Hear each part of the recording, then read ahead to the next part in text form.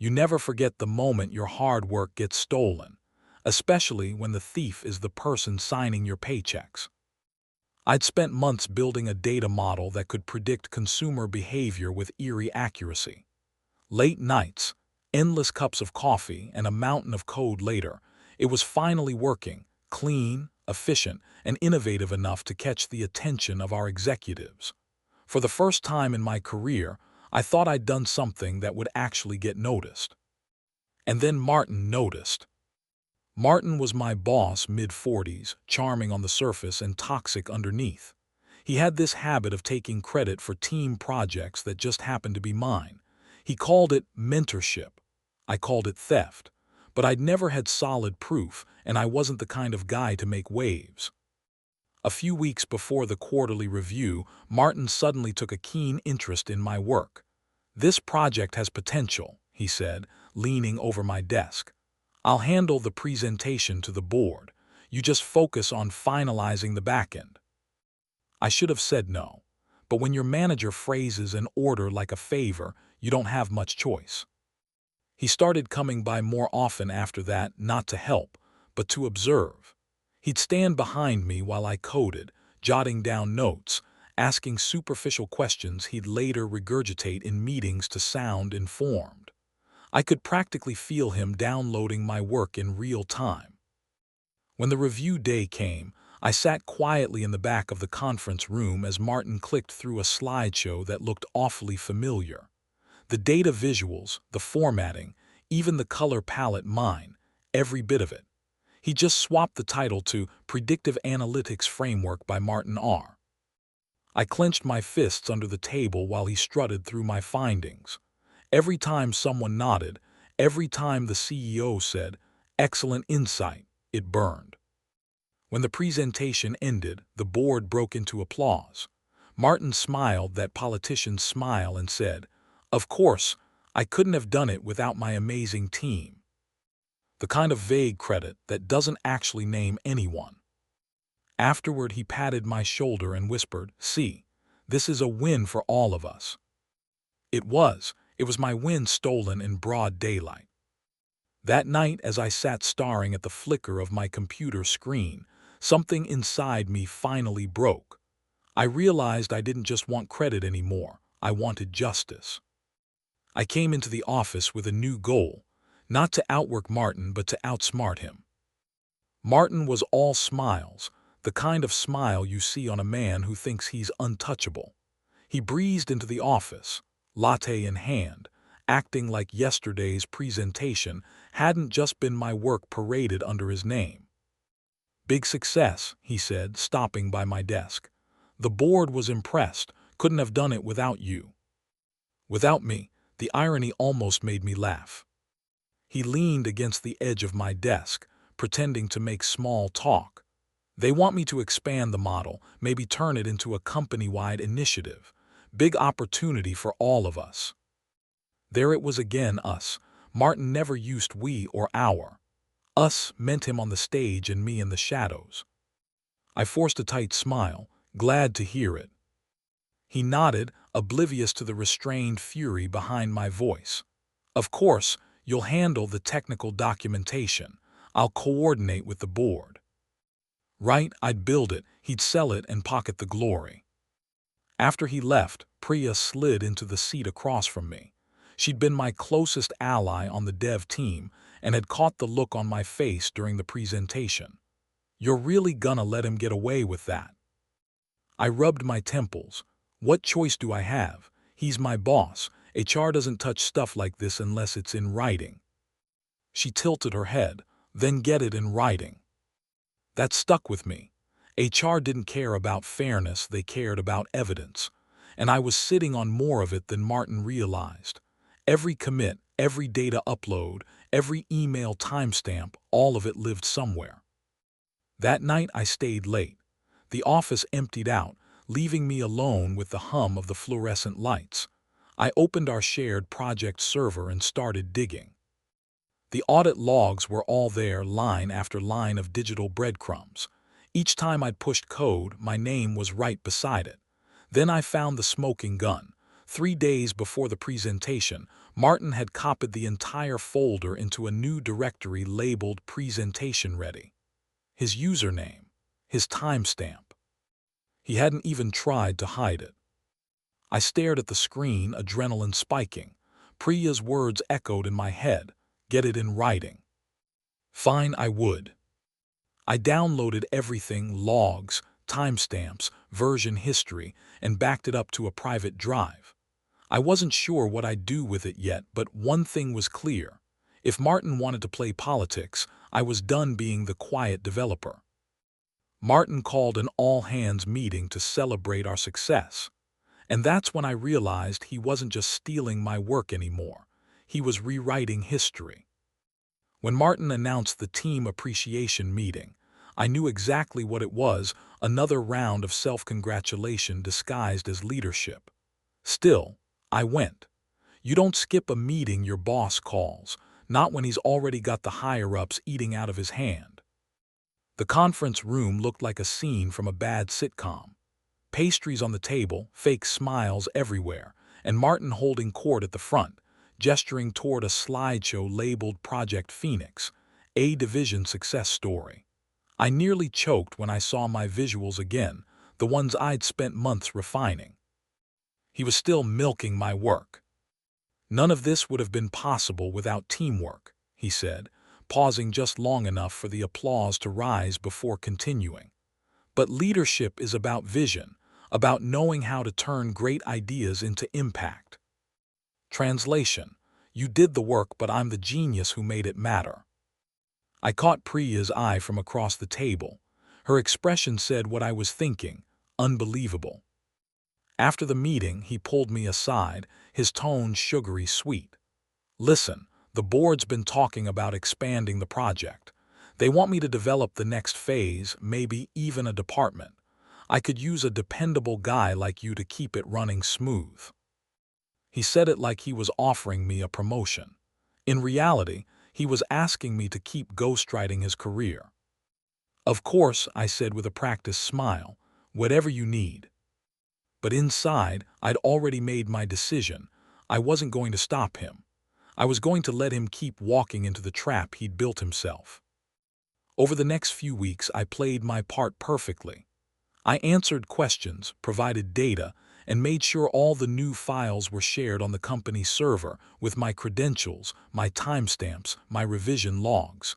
Every edit Martin made, every report he finalized, I quietly archived. By the time the executive review came around, I had a pristine digital paper trail stretching from day one to now. The night before the big event, I backed everything up to 3 drives and encrypted them. When I finished, I sat back in my chair and realized something. I wasn't nervous anymore. I wasn't angry either. I was ready. Let him stand in front of the board again. Let him take credit one last time. Because this time, when the applause started, I'd make sure it ended with my name on the screen. The next morning, Martin walked into the auditorium in a new suit, completely unaware that this was going to be the last presentation he'd ever give for the company.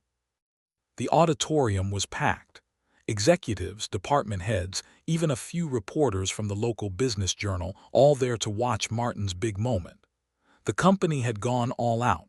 Banners, a catered lunch, and a massive projector behind the stage flashing the words, celebrating innovation and leadership. I sat near the back, pretending to blend in. My hands were steady. I'd already tested everything twice: the shared server, the revision logs, and the mirrored presentation file I'd quietly added to the system that morning. When the time came, all I'd have to do was click one key. Martin stepped onto the stage to a round of applause, beaming like a man who just conquered Mount Everest. "Thank you all," he began, packing with that rehearsed confidence of his. This project was about foresight, about turning ideas into action. Ideas, my ideas. He clicked through his slides, proudly pointing to the graphs and models I had built. Every sentence made my stomach twist, but I stayed quiet. I wanted him to get comfortable. I wanted the arrogance to peak. Then came the part that broke me. The CEO stood up to shake his hand. "You've really outdone yourself, Martin," she said. "We're thrilled to promote you to Director of Operations." Applause thundered, my heart pounded, this was it. I took a deep breath and pressed the shortcut key on my laptop. The projector behind Martin flickered, then froze. The screen blinked black for a moment before a new window appeared, the company's internal document repository. A folder expanded automatically, Project Phoenix Development History. And there it was, line after line of logs and timestamps, each one marked with "created by Nathan Carter." Murmurs rippled through the room. Martin turned toward the screen, confusion morphing into panic. Must be a glitch," he stammered, fumbling with the clicker. The screen shifted again. I'd programmed it to show a side-by-side comparison of our commits, mine filled with hundreds of entries, his showing only one: final formatting and slide polish. Someone in the crowd laughed. The CEO's smile vanished. "Martin," she said slowly, "what exactly are we looking at?" He opened his mouth, but nothing came out. I stood then, calm and deliberate. "That's the project history," I said loud enough for the front rows to hear. "Every version, every edit. I thought it might be nice to give credit where it's due." The silence that followed was the most satisfying sound I've ever heard. Martin tried to say something, anything, but the damage was done. The CTO leaned over to whisper something to the CEO, and both of them looked at him like they were seeing him for the first time. By the time the applause had turned to awkward whispers and security escorted him off stage, I realized I'd just set off a corporate grenade, and the real fallout hadn't even started yet. The moment Martin was escorted off stage, the air in the auditorium turned heavy, like everyone had just realized they'd been clapping for a fraud. The CEO tried to recover the event with a few stiff words about integrity and teamwork, but no one was listening. The buzz of whispers drowned her out. I stayed seated, quiet, almost invisible. Let the scene burn itself into their memory, him being exposed, me being calm. That's how truth sticks. Afterward, I returned to my desk and pretended to work, though my inbox was exploding. Messages from coworkers, half congratulatory, half stunned. "Did you just take down Martin? Legend move. Bro, you nuked a director in front of the CEO." I ignored them all. The victory was sweet, sure, but I knew it wasn't over.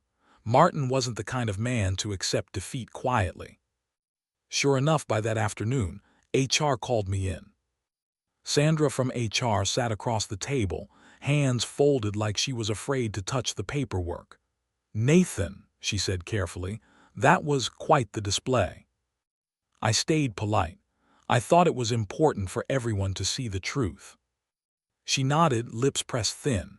"You're not in trouble. The board verified your logs. There's no question the project was yours. But," she hesitated, "they're concerned about how it was handled. Going public like that put the company in an awkward position." There it was, corporate translation for "you embarrassed us." "I understand," I said, "but if I'd gone through the usual channels, would anything have changed?" She didn't answer, just sighed. "Martin, been suspended pending investigation. You'll take over the project temporarily." Temporarily. I knew what that meant. They wanted to keep me quiet while they cleaned up the mess. Still, I played along. "Of course, I'll keep things moving." That night I stayed late again, alone in the soft hum of server racks. Part of me wanted to celebrate, I'd won, hadn't I? But something about it felt unfinished. The victory was public, sure, but not complete. I wanted closure, not just corporate damage control. Around midnight my phone buzzed. Unknown number. "You think you're the hero. You just made enemies in high places." No name, but I didn't need one. I leaned back, staring at the screen, the adrenaline fading into a strange calm. He wasn't gone. Not yet. The next morning when I arrived at work, Martin's office was empty, but his computer was. It was investigating anomalous activity, and that's when I realized he wasn't trying to save his job anymore. He was trying to destroy mine. By morning, it had locked down Martin's accounts, but not before the damage was done. The company Slack was buzzing, rumors of deleted files, missing documentation, even corrupted project folders. Someone had gone in overnight and tried to erase everything tied to Project Phoenix. When I arrived, Priya was waiting at my desk. "You need to see this," she said, pulling up her laptop. On the shared drive, entire directories were gone, code, reports, test logs. The only thing left was a single text file in the root folder. It read, "Nice project, shame if someone burned it down." I felt my stomach tighten. He wouldn't. "Oh, he would," Priya said. "He's desperate. HR suspended him, but he still had remote access until this morning." I didn't say anything. I just sat down, logged into my machine, and started scanning the backups. Fortunately, I wasn't stupid. After everything Martin had pulled, I'd been making shadow copies of my work for weeks, encrypted and stored off the company network. Within an hour, I'd restored everything. Code, commits, documentation, all of it back where it belonged. By noon, Sandra from HR called me in again. She looked like she'd aged 5 years overnight. "We're aware of the sabotage attempt," she said. "The legal department involved now. The board wants to know if the project can be salvaged." "It's already done," I said. "I had backups." Her relief was obvious. "Thank God, you may have just saved us." Then she leaned forward. "But Nathan, he's blaming you. He's claiming you planted the files to frame him. He's threatening legal action." Of course he was. Martin never admitted fault, he just found new targets. "Let him," I said evenly. "Everything's time-stamped. If he wants to escalate, I'll bring my copies of his deleted messages." She hesitated. "You have those?" "Every single one." Sandra exhaled. "Then we'll be fine, but keep your head down. This could get messy before it gets better." Messy was an understatement. That evening, as the office lights dimmed, I sat staring at the lines of restored code, my code, glowing on the screen. Martin had tried to destroy it, but all he'd done was give me more proof of who he really was. Before heading home, I opened my email one last time. A new message sat in my inbox, sent from a private account with no name attached. "You think this ends with backups? Watch your inbox tomorrow." I closed the laptop, the words echoing in my head. He'd lost his job, his reputation, and still he wasn't done. The next morning, when I opened my inbox, I understood what the message meant, because waiting at the top of my emails was something that could destroy me instead. The next morning, I opened my inbox and froze. There were hundreds of emails, subject lines like, "Internal breach confirmed. Did you leak this? Nathan, please call me ASAP." I clicked the first one, then the second. My heart sank. Someone had leaked internal company documents, client contracts, performance reports, even emails between executives, all dumped anonymously onto a tech forum. And every file's metadata pointed back to me. The first reaction was disbelief, then panic. I jumped into the shared drive, checking the logs. Sure enough, someone had cloned my credentials overnight. The access trail mimicked my login, same timestamp patterns, same IP bounce route, only it wasn't me. Whoever did this knew exactly how to make it look like I'd done it. Jake had pulled plenty of stunts before, but this was his masterpiece. He'd gone from office sabotage to digital warfare. Minutes later, Sandra called. "Nathan, the board's convening an emergency meeting. They think the leak came from your machine." "My machine was offline," I said, trying to stay calm. "It's another setup." "I believe you," she said, "but right now belief isn't enough." By the time I got to the boardroom, the energy was suffocating. The CEO looked furious, the CTO anxious. The screen behind them showed a headline already trending online. "Tech company exposed in internal data breach. Employee suspected." Martin's last revenge. He'd weaponized the one thing he knew best, perception.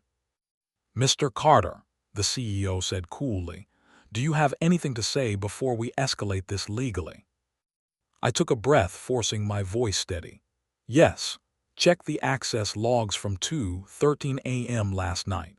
You'll see the device ID doesn't match mine, and the encryption key used, it's from Martin's old admin account." The CTO blinked. He didn't have access anymore. "He shouldn't have," I said, "unless someone reinstated his privileges before he was terminated." Silence fell across the room. Then the CEO turned to it. "Pull the logs now." 15 minutes later, they found it, a hidden subroutine that reactivated Martin's account through a secondary API token. He embedded it before his suspension, buried under layers of system permissions no one ever checks. Sandra let out a quiet exhale. He did this before we even caught him. The CEO sat back, her voice tight. "Get legal on the line, and Nathan, go home. We'll handle this from here." I nodded, too exhausted to argue.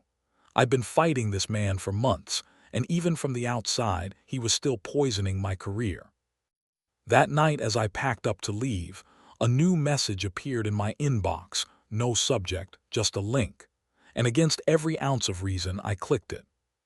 The link opened to a private live stream, a black screen, no title, no chat, just a blinking red dot in the corner. I hesitated, finger hovering over the mouse. Then the feed came alive. Martin. He was sitting in a dimly lit room, the camera angled low, a smug grin plastered across his face. "You really thought you win, didn't you, Nathan?" he said. His voice was calm, too calm. "You stole my reputation, my career, so I'm taking yours." He held up a USB stick between two fingers like a trophy. "This drive contains company data, and you're the one who's going to take the fall for it. Check your email, genius." My phone buzzed at that exact second.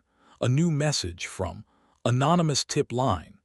Attached was a screenshot of a fake internal thread, doctored to look like I'd confessed to leaking company data for revenge. Martin laughed softly.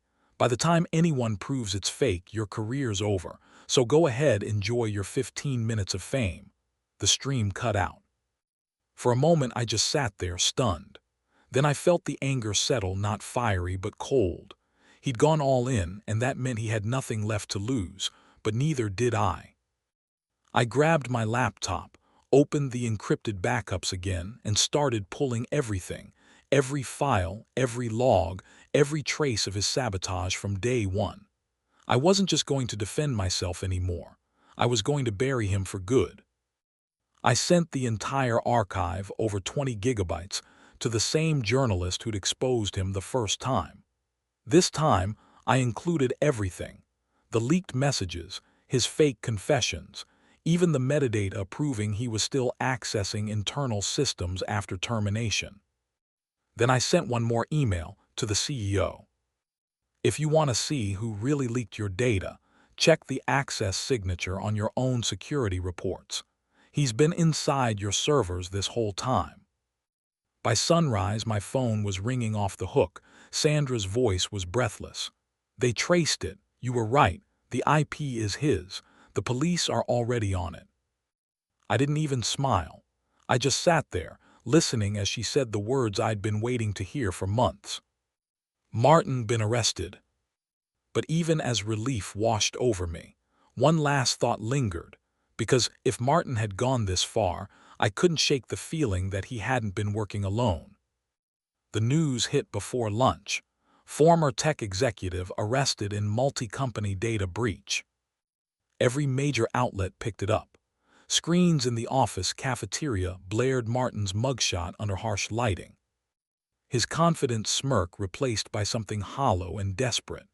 It should have felt like closure, the final line in a story that had dragged on too long. But it didn't. When the police raided his apartment, they found something worse than stolen data: a network. Multiple fake accounts, burner laptops, encrypted drives linked to corporate espionage forums. Turns out, Martin hadn't just been trying to ruin me. He'd been selling proprietary information to competitors long before I ever exposed him.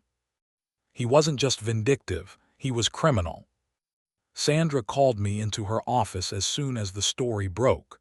"You're officially cleared of everything," she said, handing me a printed statement from legal. "The company owes you an apology and, honestly, probably a promotion." I took the paper but barely looked at it. "He's going to prison, right?" She nodded, likely for a long time. It should have ended there. But the part that gnawed at me wasn't his punishment, it was how close he'd come to winning. One more fake file, one more anonymous leak, and I'd be the one in handcuffs. Later that evening, I stepped out of the office and into the cold night air. My reflection in the glass doors looked older somehow, tired but sharper.